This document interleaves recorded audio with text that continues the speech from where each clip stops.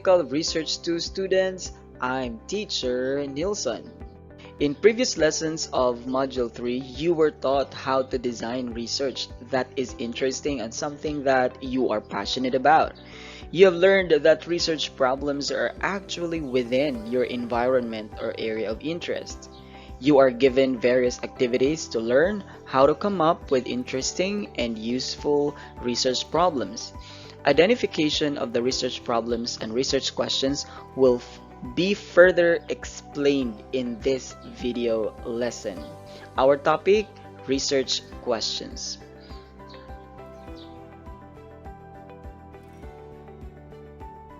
Once a person encountered uncertainty, being inquisitive, you will find ways for answers or solution.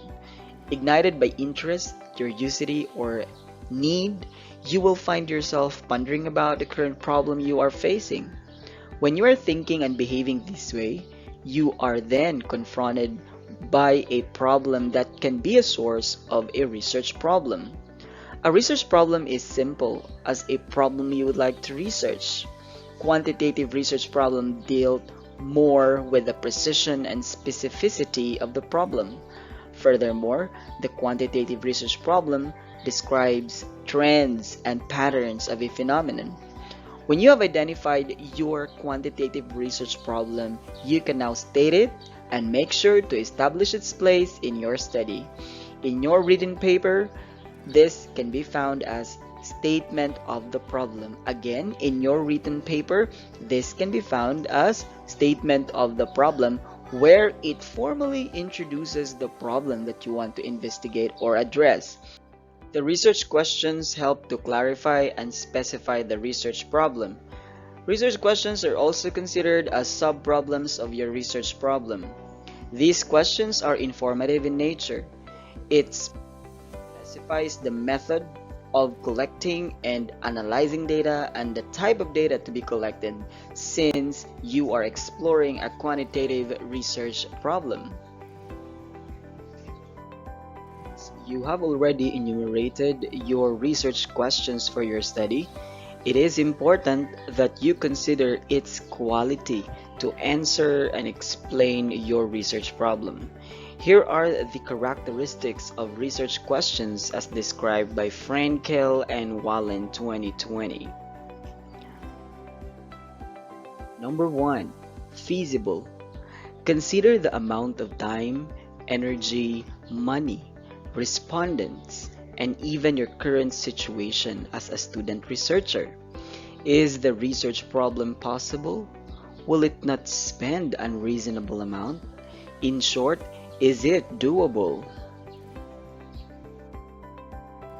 Consider these examples. Number 1. How do parents feel about the blended learning modality for senior high school learners? Number 2. How would giving each learner their own laptop to be used in this blended learning modality affect their performance tasks? The first example is definitely a more feasible research question. Considering the resources, it is more possible to gather the data needed to answer the question. Next is clear. The clarity of how the questions stated to agreement of meaning to the readers of your study. Since your research questions are also considered as the main focus in the gathering and analyzing of the data, it is therefore very important that these are stated clearly. Next is significant. Ask if your research questions are relevant or important to ask. Will answering these questions provide an additional contribution to address the given research problem? In other words, are the research questions really worth investigating? At this point, you do not just consider the time and money that you will spend, but more importantly, the value of what you are trying to investigate. So, aside from the reason that your chosen research problem is within your interests, you should also provide a sound justification of your choice as a researcher. Next is ethical. Always consider the welfare of people, animals, or whosoever are involved in your study. Look into ways of answering the research questions without inflicting physical and psychological harm to persons involved. Let's study how you will be able to formulate research questions. What are research questions? They can generally be classified into two. We have general and specific. The general questions of the study is derived from the research problem, while the specific questions are anchored on the general research problem. Let's have this example. This study aims to determine the relationship between the types of learning delivery mode and students' learning styles. Furthermore, it seeks to answer the following research questions. Number 1. What are the different learning delivery modes of the school? Number 2. What are the various learning styles of the students? Number 3. Is there a significant relationship between the different learning delivery modes of the school and the learning styles of the students? So this one, you begin with a general statement. And after that, you follow it with specific questions. Research questions for descriptive research focuses on observing and reporting factors or aspects of the research problem.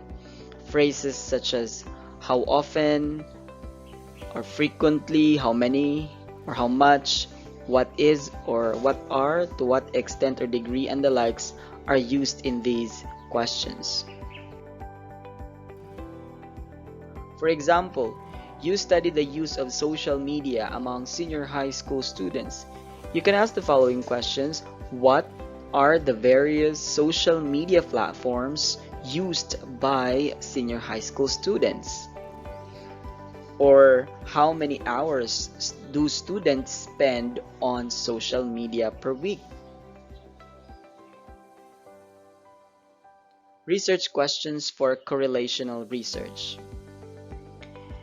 It aims to determine the relationship among two or more variables in your research problem. Correlational research questions usually begin with the phrase, is there a significant relationship, or what is the relationship between or among? Okay, let's have this one. In the study of the use of social media and level of digital literacy of students, the following questions can be asked. What is the relationship? See, this is correlational because you were told a while ago that most of the questions, or usually the questions in correlational, would usually start with what is the relationship? Okay, it would always ask what is the relationship, or is there a significant relationship between the type of social media used and the level of digital literacy of students? Research questions for ex post facto research. These attempt to identify the causes of the phenomenon in the context of your research problem. It is also assumed that no control or manipulation of variable has been done in order to cause the effect. It is understood that the cause of the problem already exists before you conducted your study. For example, in ex post facto study on family background and digital literacy of students, the following questions can be asked. Is there a difference in the literacy level of students between their cultural and educational family background?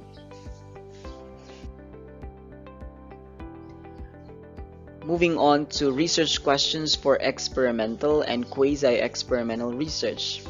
Suggest that answers to these questions are brought about by manipulation or control of a certain variable during the conduct of the study.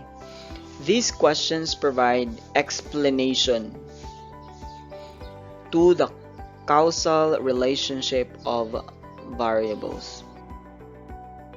The research question below can be asked on studies, for example, on senior high school students' remedial sessions and academic performance of students.